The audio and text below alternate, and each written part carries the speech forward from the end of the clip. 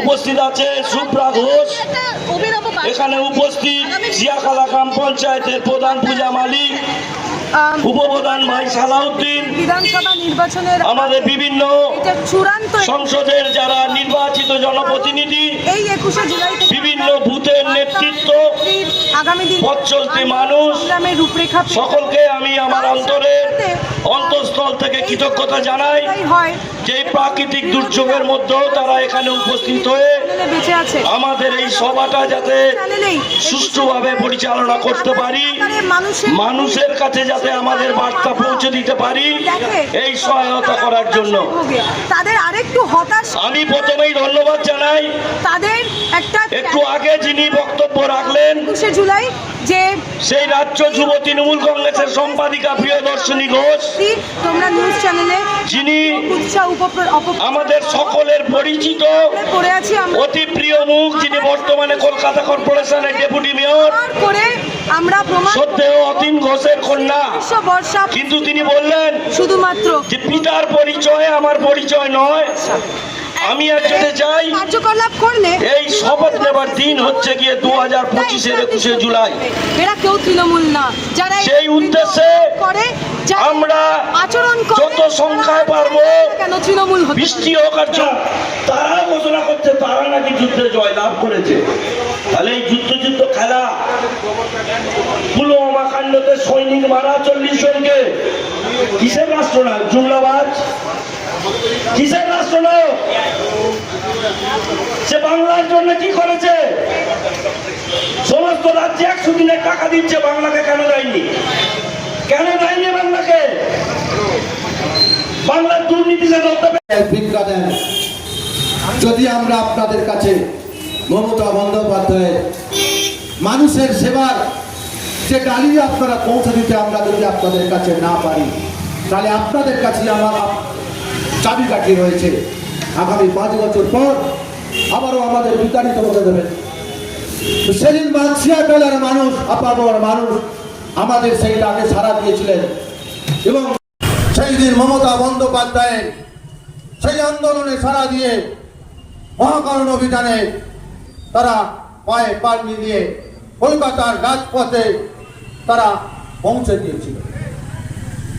লক্ষ লক্ষ মানুষের সেই সমাগম কলকাতা নয়, সারা রাজপথ হুগলি হাওড়া থেকে শুরু করে সেদিন আমরা দেখেছি কলকাতার বুকে আমরা পৌঁছাতে পারিনি, আমরা হাওড়াতেই আটকে পড়েছিলাম। শুধু চুরি করে, ভোট চুরি করে মানুষের ভোটাধিকারকে কেড়ে নিয়ে, কারণ মানুষের যখন একটা অংশ ভোট কেন্দ্রে ভোট দিতে যাচ্ছে, ভোট কেন্দ্রে গিয়ে তারা দেখছে তাদের ভোট হয়ে গেছে। এইরকম একটা নৈরাজ্য যখন চলছে, ভোটটা প্রহসনে পরিণত হয়েছে, তখন মমতা বন্দ্যোপাধ্যায় তৎকালীন নির্বাচন কমিশনার TN সেশনের দ্বারস্থ হলেন এবং সারা বাংলার মানুষের একটা সই সম্বলিত একটা পেপার নিয়ে TN সেশনের কাছে হাজির হলেন এবং তিনি বললেন যে আগামী দিনে পশ্চিম বাংলায় ভোট করতে গেলে সচিত্র পরিচয়পত্র চালু করতে হবে। সেই অনুযায়ী মমতা বন্দ্যোপাধ্যায় সেই দাবিকে সারা বাংলায় ছড়িয়ে দিয়ে বাংলার যুব সম্প্রদায় অগণিত মানুষ সারা বাংলা থেকে মহাকারণ অভিযানের ডাক দিয়েছিলেন। আমাদের কাছে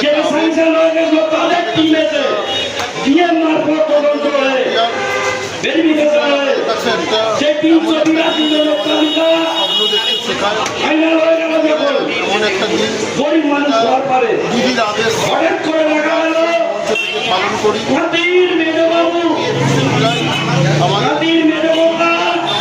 হঠাৎ করে কি আমার কলকাতা লাগছে বলছে বাংলাকে টাকা দেওয়া যাবে না।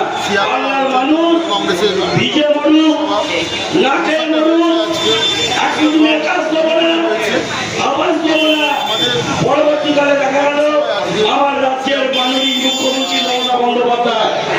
সভাপতি যিনি বোন প্রিয়া যারা সত্যি মাটির বাড়িতে আছে, যাদের কালির চাল খোলার চান, তাদের মধ্যে রাজ্য থেকে আবাস যোজনায় উনি টাকা সঞ্চালন করলেন, যার কাজ এখন চলছে। কংগ্রেসের রাজ্য কমিটির সম্পাদিকা তাহলে আমাদের প্রিয়দর্শী সাধারণ মানুষ হিসেবে প্রশ্ন, লিডার তার আমার বাংলা থেকে তুমি যে জিএসটি তুলে নিয়ে যাচ্ছ, অন্যান্য লিডার আমার বাংলাকে সেই 500 টাকা কেন দেবে না তুমি? যদিও আজকে আমাদের সবার প্রশ্ন করার সময় এসছে, সবার কৈফিয়ত চাওয়ার সময় এসছে।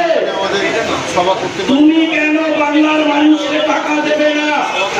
তুমি বাংলা থেকে কর আদায় করছো, মাথায় যে শুনছে জিএসটি আদায় করছো, অবকাশ আয়কর আদায় করছো, তুমি বাংলাকে কেন টাকা দেবে না? যেতে হবে। যে সমস্ত বিজেপি বন্ধুরা পাড়ায় পাড়ায় এলাকায় এলাকায় যাচ্ছে, কলকাতার তাদের কাছে প্রশ্ন করার সময় এসছে। 2026-এর নির্বাচন একজনের টাকা কোথায়, 21 জুলাই ঘরের টাকা কোথায়? বছরই তার রেকর্ড সরকার আর সমাবেশের যে বাংলাকে বিভিন্নভাবে উৎখাত করার চেষ্টা করছে।